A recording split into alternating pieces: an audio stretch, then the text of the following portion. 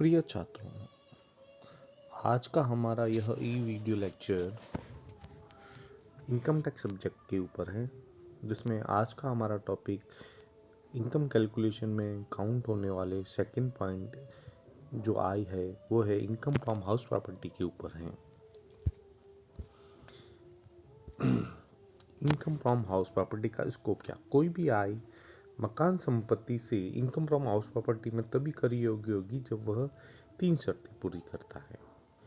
आय मकान अथवा मकान के साथ लगी हुई आय मकान या मकान के साथ लगी हुई भूमि से हो।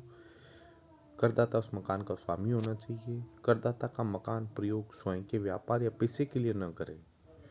ठीक है, ये 3 कंडीशन पूरी होने पर ही वह आय इनकम फ्रॉम हाउस प्रॉपर्टी में काउंट की जाएगी। तो पहला है, इसमें आय मकान अथवा मकान के साथ लगी होनी चाहिए। इसका क्या मतलब होता है? इनकम फ्रॉम हाउस प्रॉपर्टी में सभी प्रकार के मकान, जैसे रहने का मकान, कोई bungalow, shop, office, godown, factory building, भंडार गृह, काफ़ी भवन आते हैं। चाहे इनमें से किसी भी उद्देश्य के लिए किराए पे दिया गया हो, यदि करदाता को भूमि से किराया प्राप्त होता है तो ऐसा किराया इनकम फ्रॉम हाउस प्रॉपर्टी में तभी कर योग्य होगा जब ऐसी भूमि किसी मकान के साथ लगी हुई हो। यदि भूमि अगर मकान के साथ लगी हुई नहीं है तो भूमि पर किराए पर देने से जो भी आय होगी उसे हम इनकम फ्रॉम अदर सोर्स में काउंट करेंगे। यानी कि कोई भी आय इनकम फ्रॉम हाउस प्रॉपर्टी होने के लिए ज़रूरी है कि वो मकान के साथ लगी हुई भूमि हो और उससे आय हो। ठीक है, नेक्स्ट पॉइंट आता है, करदाता मकान का स्वामी हो। SSC should be owner of the house. मकान से किराए की आय इस शीर्षक में तभी कर योग्य होगी जब करदाता इसी मकान संपत्ति का स्वामी हो। जैसे कि एक फॉर एग्जांपल, विजय ने 3,000 रुपये का कोई मकान किराए पे लिया और आगे उसी मकान को 4,000 रुपये किराए पे दे दिया, तो विजय को जो किराया प्राप्त होगा वह उसकी आय नहीं होगी इस शीर्षक के अंतर्गत, क्योंकि विजय इस मकान का स्वामी नहीं है। विजय के लिए यह आय जो एक्स्ट्रा होगी वह इनकम फ्रॉम अदर सोर्सेज में काउंट होगी। नेक्स्ट आता है, करदाता मकान का प्रयोग स्वयं के व्यापार या पैसे के लिए न करें। यदि, इसका मतलब होता है यदि करदाता किसी ऐसे व्यवसाय में स्वयं का मकान प्रयोग करता है जिसकी आय कर योग्य है तो प्राप्त होने योग्य किराए को आय नहीं माना जा सकता और वैसा ऐसे कल्पित किराए की कटौती भी नहीं मिलेगी। इसके विपरीत अगर मकान का स्वामी किसी ऐसे व्यवसाय में हो जिसकी आय कर मुक्त है तो ऐसे ही व्यवसाय से प्राप्त हो सकने वाले किराए की कर योग्य आय होगी।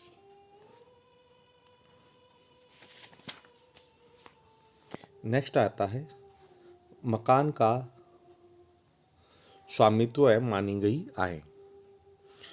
इनकम टैक्स एक्ट 1961 के सेक्शन 27 में ऐसी अनेक परिस्थितियों के बारे में बताया गया है जिसमें एक करदाता मकान का स्वामी न होते हुए भी स्वामी माना जाता है। इसमें कुछ हैं, जैसे जीवन साथी को मकान का हस्तांतरण, हाउस ट्रांसफर टू स्पाउस। अगर करदाता अपने मकान का अपनी लाइफ पार्टनर को बिना किसी पर्याप्त प्रतिफल के मकान का ट्रांसफ़र कर देता है तो ऐसी संपत्ति से होने वाली आय उसी व्यक्ति की मानी गई जिसने मकान का ट्रांसफ़र किया है। दूसरा आता है अवयस्क नाबालिग, हाउस ट्रांसफ़र टू माइनर सन और डॉटर। अवयस्क पुत्र पुत्री को मकान का हस्तांतरण। यदि कोई इनकम टैक्स पे अपने मकान का नाबालिग पुत्र पुत्री को बिना किसी पर्याप्त प्रतिफल के मकान ट्रांसफ़र कर देता है तो ऐसे मकान का स्वामी वह व्यक्ति ही माना जाएगा जिसने मकान का ट्रांसफ़र किया है। यदि मकान का ट्रांसफ़र नाबालिग वैवाहिक पुत्री को किया जाए तो मकान हस्तांतरण करने वाले का न होकर वैवाहिक पुत्री का माना जाएगा। इम्पार्टिबल एसेट्स, अविभाज्य संपत्ति। अविभाज्य संपत्ति से मतलब होता है कि एचयूएफ फैमिली को ऐसी संपत्ति से है जिसका विभाजन परिवार के सदस्यों में नहीं किया जा सकता है। ऐसी मकान संपत्ति परिवार के किसी एक सदस्य को परिवार की संपत्ति के रूप में दे दी जाती है और ऐसी संपत्ति का धारक ही मकान का स्वामी माना जाएगा। नेक्स्ट आता है सहकारी संपत्ति, आवासन मंडल, विकास प्राधिकरण द्वारा आवंटित मकान, house allotted by society, housing board और डेवलपमेंट अथॉरिटी। अगर कोई मकान किसी करदाता को किसी भवन निर्माण योजना में आवंटित किया गया या पट्टे पर दिया गया तो उस व्यक्ति को उस मकान का या फ्लैट का स्वामी माना जाएगा। नेक्स्ट आता है यदि मकान का पंजीकरण नहीं हुआ, if house is not registered, अगर खरीदने वाला आंशिक या पूर्ण प्रतिफल का भुगतान नहीं कर पाता है या रजिस्ट्रेशन चार्जेस बचाने हेतु या किसी कानूनी रुकावट के कारण मकान का रजिस्ट्रेशन नहीं करवाता है, तो ऐसी दशा में खरीदने वाले को ही मकान का क्रय अनुबंध के आधार पर मकान का स्वामी माना जाएगा।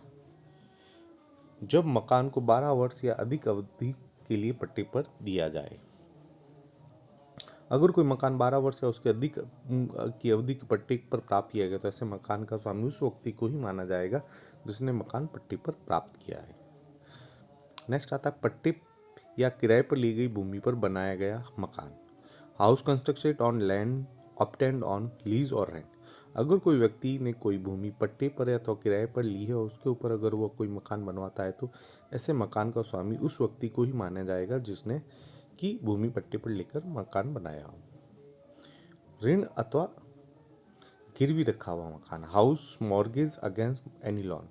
यदि किसी व्यक्ति ने ऋण लेने तो अपना मकान किसी अन्य व्यक्ति के पास गिरवी रखा है, तो जिस व्यक्ति के पास अपना मकान गिरवी रखा हुआ है वह व्यक्ति उस मकान का स्वामी माना जाएगा, न कि वह व्यक्ति जिसके पास मकान गिरवी रखा हुआ है। नेक्स्ट एंड लास्ट आता है डिस्प्यूटेड हाउस, विवादग्रस्त मकान।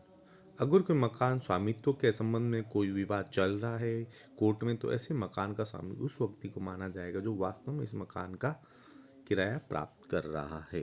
धन्यवाद।